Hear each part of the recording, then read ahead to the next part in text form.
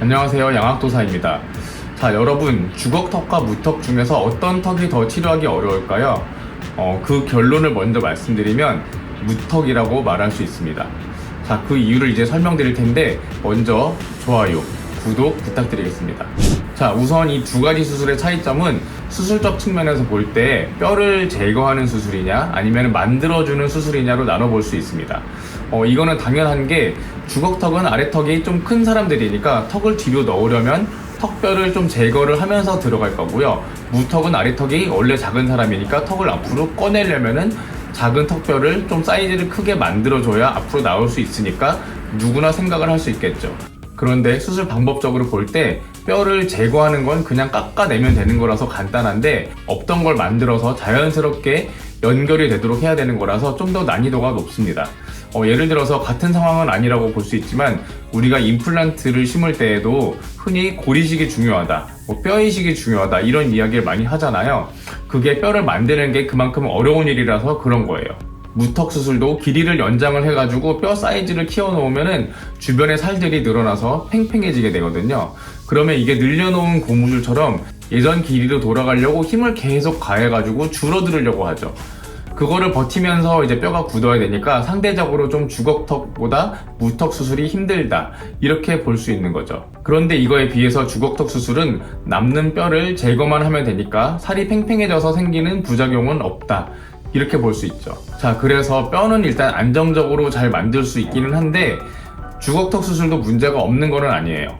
그러니까 뼈를 줄이면은 문제는 살이 팽팽해져서 생기는 부작용은 없겠지만 반대로 살이 남아가지고 헐렁해지잖아요.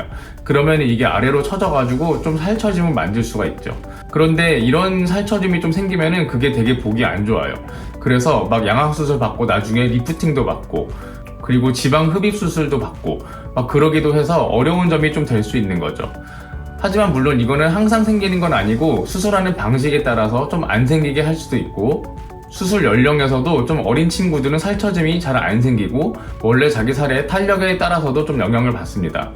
저는 아직까지 그런 심각한 살처짐이 생겨서 불만이 있었던 분은 없었던 것 같아요. 자, 그리고 무턱 수술을 어렵게 하는 요인이 또 한 가지 있는데요. 그거는 바로 턱관절 때문이에요. 보통 무턱인 분들은 턱관절도 좀 작고 또 흡수가 되어 있고 제자리에 관절이 잘 안 있을 수 있거든요.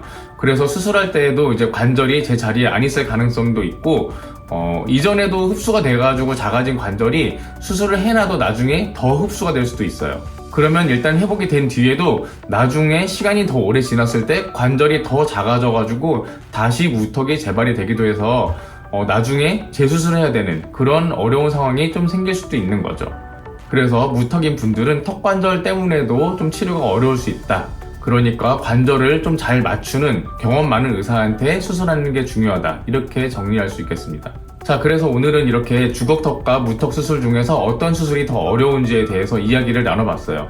결론적으로는 무턱 수술이 더 어렵다고 볼 수 있겠지만 주걱턱도 고려할 게 많이 있어가지고 둘 다 잘 해야 된다 라고 정리할 수 있겠습니다.